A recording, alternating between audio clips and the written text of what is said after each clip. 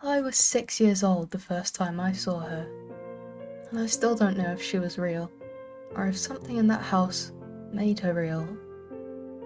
It was the year my parents split up. We moved into a house so old that it had the kind of wallpaper that peeled at the edges and made a little crackling sound at night. The floors always creaked, even when no one was walking. My mum said it had charm. I said it had a witch. The house was long and thin, like a hallway that got lost and turned into rooms. There was a staircase right in the centre, and my bedroom was at the top, facing the front. The window looked out at the road, and the rusted black gate which never fully closed no matter how hard you slammed it. We moved in during the rain. I remember the light in that place never quite looked right after that. Too yellow during the day, too blue at night. I remember carrying my plushies into my new room. Some were in boxes and most were in big black trash bags. I had dozens of them, more than a normal kid probably should. I'd name them, cuddle them, assign them roles. Some were guards, and some were just there to keep the quiet from being too quiet. The first night, I lined them all up on my bed. Every single one. I covered them with my new duvet like I always did because they didn't like to be cold, but also because I didn't want her to see them. It was the sort of thing that you don't think is real until your whole body believes it all at once. I'd been lying in bed for hours, my stuffed animals all tucked around me in a warm wall, breathing the dusty air and waiting for sleep to come. But it didn't. Instead, the light changed. The hallway light was always on. Mum kept it that way because I was afraid of the dark. She even put a little dream catcher over my bed to catch the scary stuff before it got in. But that night, the hallway light flickered. I heard the creak. The hallway floor always made a sound when someone walked on it, but this creak was different, like heavier, slower. Not a person moving. I held my breath, and there was another creak, closer. And then I saw her. A shape at my door, not quite in the light, not quite out of it. A woman, I think, but not like anyone I'd ever seen. She had a huge shape to her, like layers of old blankets hanging off her body, some dragging on the floor. Her head was wrong. The top of it was pointed, and I thought for a second maybe she was wearing a hat, but the longer I looked, the more I realised it wasn't a hat. It was her head. Long and bent and hunched like the chimney on a crumbling house. I didn't move. I thought if I breathed too loud she'd hear. And then she did something that still makes my heart stop when I think about it. She raised one hand. No fingers, just long strands of black fabric or hair, or maybe both, and tapped the door frame. Once. Twice. 3 times, and then she just stood there, watching. I pulled the duvet over my head so fast that I hit one of my plushies in the face. I whispered, "Protect me," to all of them. I didn't sleep. I didn't scream either, that was the worst part. I didn't want to. Some part of me thought that if I made a sound, the witch would come in. She only stood outside as long as I pretended not to see her. By morning, she was gone. Mum came in smiling like nothing had happened. She opened the curtains and told me we were going to paint the kitchen sunshine yellow. She said we were going to start fresh. She said she was proud of me for sleeping in my own bed all night. I didn't say a word. Not about the tapping. Not about the shadow. Not about the witch.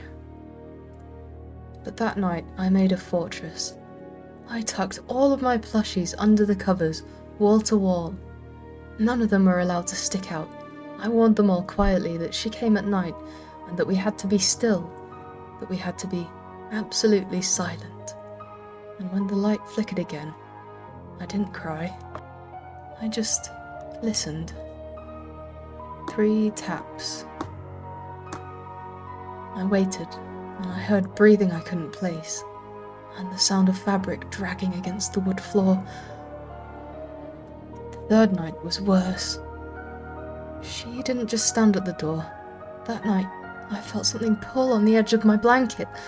Just a little. Just enough to feel the shift of fabric on my leg. At first, I thought maybe it was one of my plushies slipping. Or maybe I had moved.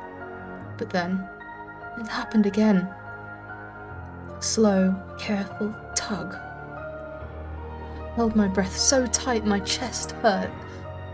I whispered to Bernard. He was my biggest bear, the one I always kept at my back because, well, he made me feel safe. Don't let her in. The blanket twitched again, and then it stopped. But the silence after it was wrong. It was too quiet, the kind of quiet that feels like it's watching you, like the sound itself had stopped breathing. And that's when I heard it.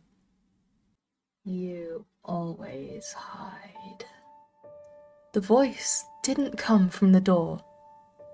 It didn't come from the corner of the room.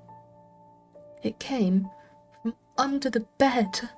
It was like dry leaves being crumpled in someone's mouth, like a whisper made of dust. It wasn't loud, but it filled the whole room, crawling into the corners and pulling my heart out through my teeth. I didn't run. I didn't scream. I did what any 6-year-old would do. I pretended I was asleep. After that night, I stopped using just the duvet. I made layers. I had my duvet and then another blanket I dragged from the linen closet, and then a towel, and then my coat. I piled them high like a wall of fabric between me and her. I buried myself and my plushies so deep that I could barely breathe. Every night, I listened for the taps, and every night they came. 3 taps. Then whispers from under the bed. Sometimes she said things like, "You brought more," or "I see you, even when you don't see me." And one day you'll look and I'll be right there. Once she said, "You don't get to leave." That was the worst one. One day, I asked Mum if the house had a name.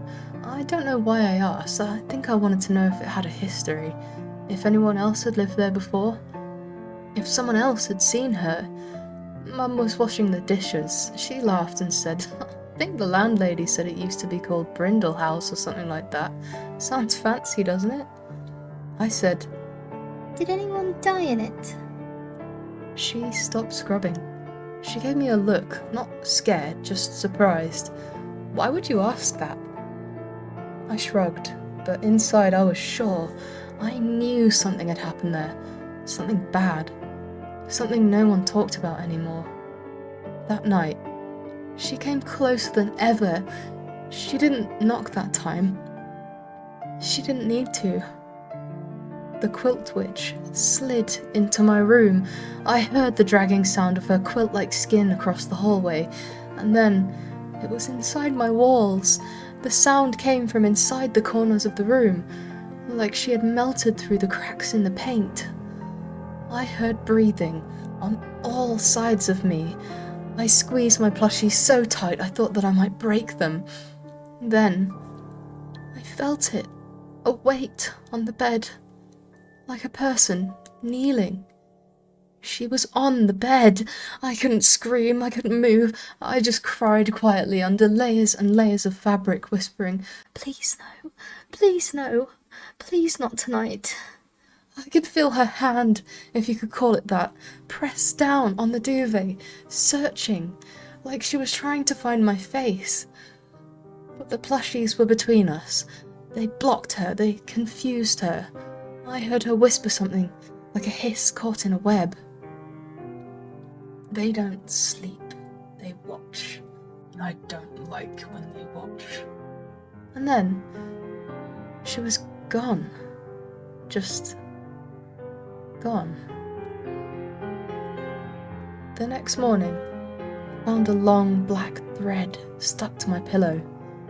It wasn't mine. I didn't have anything in the room like that.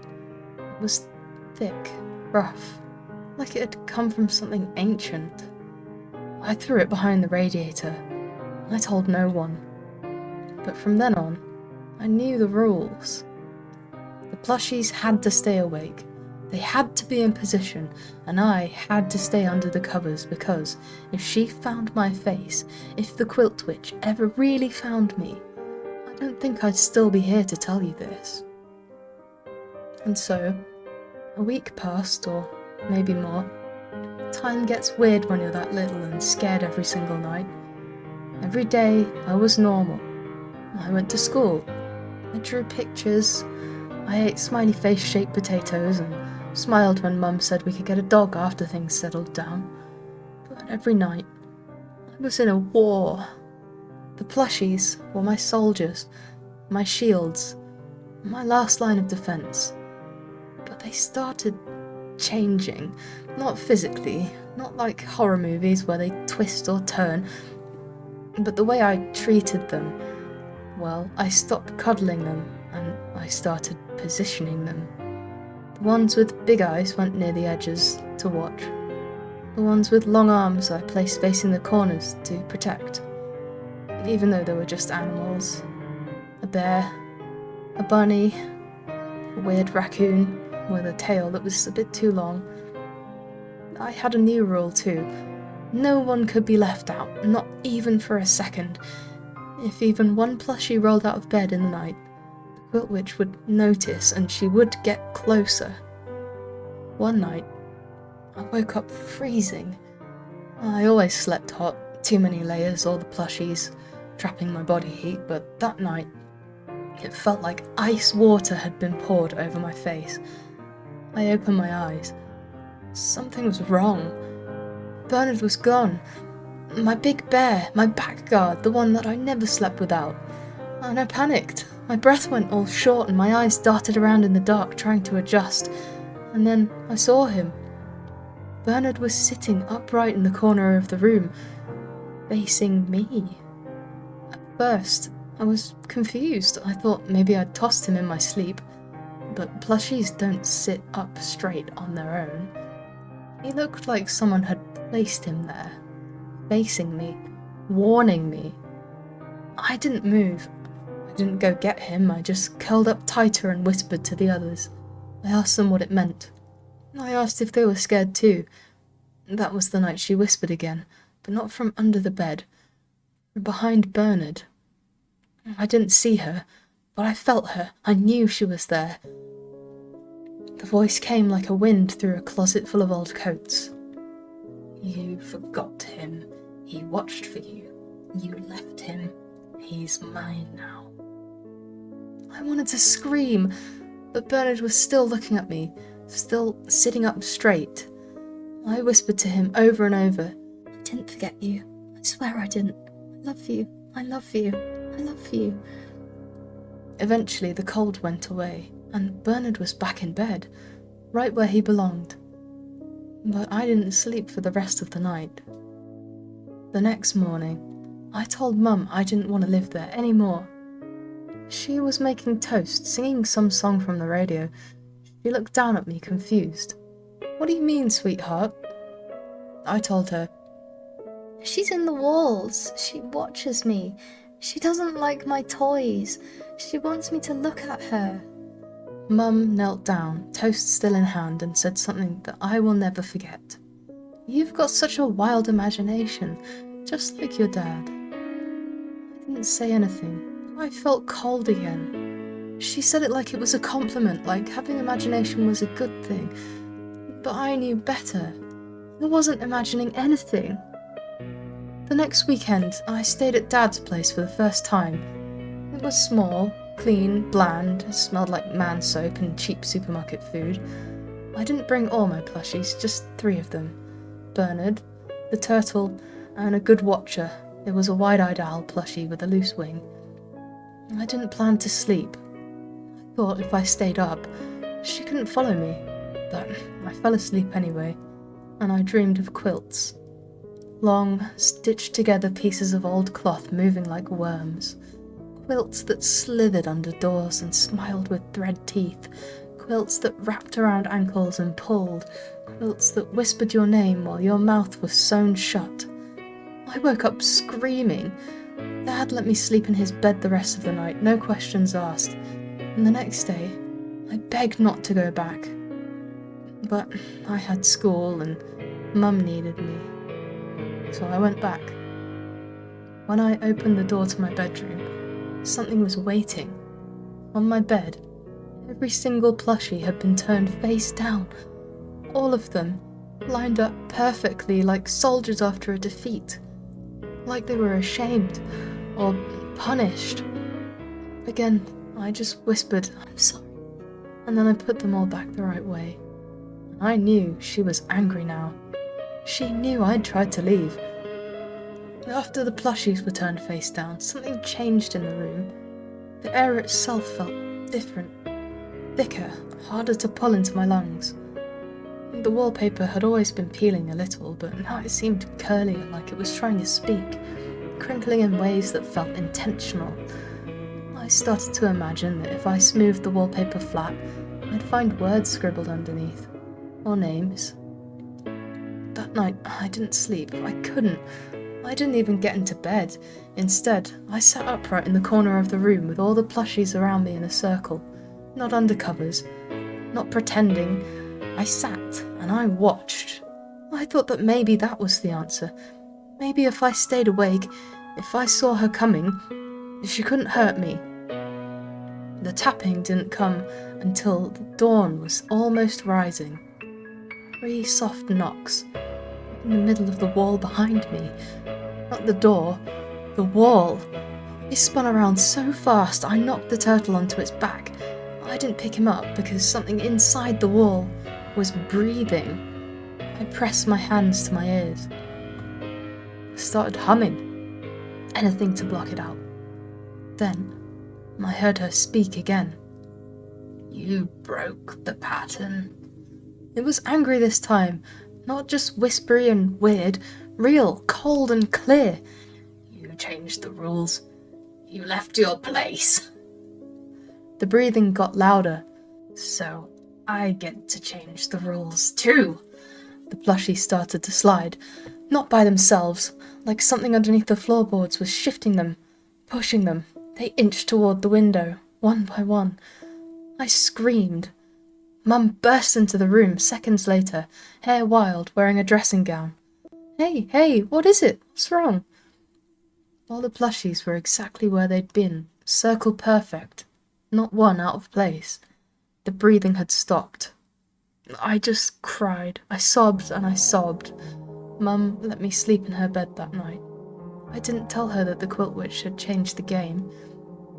The next few nights were worse. She didn't come every night now. That was the scary part. Some nights I'd stay up until dawn, ears straining, breath shallow, and nothing would happen. Just creaks, silence, just the flickering hallway light. And then suddenly, on a random day or a night where it rained or the day after I lost a tooth, she'd come back. Always different now. Once, I woke up and all the plushies were on the ceiling. They weren't floating, they were stuck there, plastered like stickers, sprawled out like something had squashed them into the plaster and left them hanging. And when I blinked, they were gone. Back in the bed, asleep, innocent. But the ceiling had long, dark smudges in the shape of their arms. Another time, I found a single thread running from my bedpost all the way to the window latch. It was red. Fresh red. And when I pulled it gently, something jerked the other end hard enough that the bedpost wrenched sideways with a loud crack. Mum thought I'd been jumping on it. She yelled and took away my Game Boy for 2 whole days. She didn't see the long drag mark under the window. The final night in that house started the way all worst nights do. Normal. Mum was tired, said goodnight, left the hallway light on as ever. I lined up the plushies, gave them their assignments, Bernard on my back, Owl by my head, Turtle by the door. I whispered the same little prayer I always did. Don't let her take me. Don't let her in. Stay awake, stay with me. But that night, they were already too late, because when I pulled the duvet up, I saw her. She was in the bed. I didn't understand at first. I thought it was a pile of blankets, but it was too lumpy, too tall, and it was breathing. The fabric was wrong, older, stitched with strange square patches like pieces from other people's bedding, like trophies. And there, at the top, was a shape, a head, bent sideways, stuffed with something too dense to be feathers or fluff. It shifted. I froze. I couldn't move. All I could do was stare at the blanket bulge tilted up slowly, and I saw the same shadowed shape I'd seen at the door all those nights ago. Her head like a melted point, her eyes like two dark puckers in a stitched cloth. She didn't speak this time. She just lifted one hand, made of patchwork and string, and reached for my face. I don't remember how I got out of bed. I don't remember running. Mum says she found me on the landing, curled up in a ball, covered in sweat, screaming, Don't let her wrap me! Over and over. She thought I was sleepwalking. She gave me warm milk and told me I'd had a nightmare. But the next day, she called Dad and said we were moving out early. She didn't say why. We never talked about Brindle House again. She said the landlady was a cow, the pipes were crap, or that she couldn't take the weird lights flickering. But I knew the truth. The quilt witch didn't want me to leave. She wanted me to belong, to wrap me up, to sew me in. I still think about her sometimes, when I'm in bed and the blankets feel too heavy, when my duvet bunches up into strange shapes, when I wake up with threads on my pillow that I don't remember pulling loose, and I still keep the plushies with me, even now, because if I ever forget them, if even one of them falls behind, I think she'll find me again.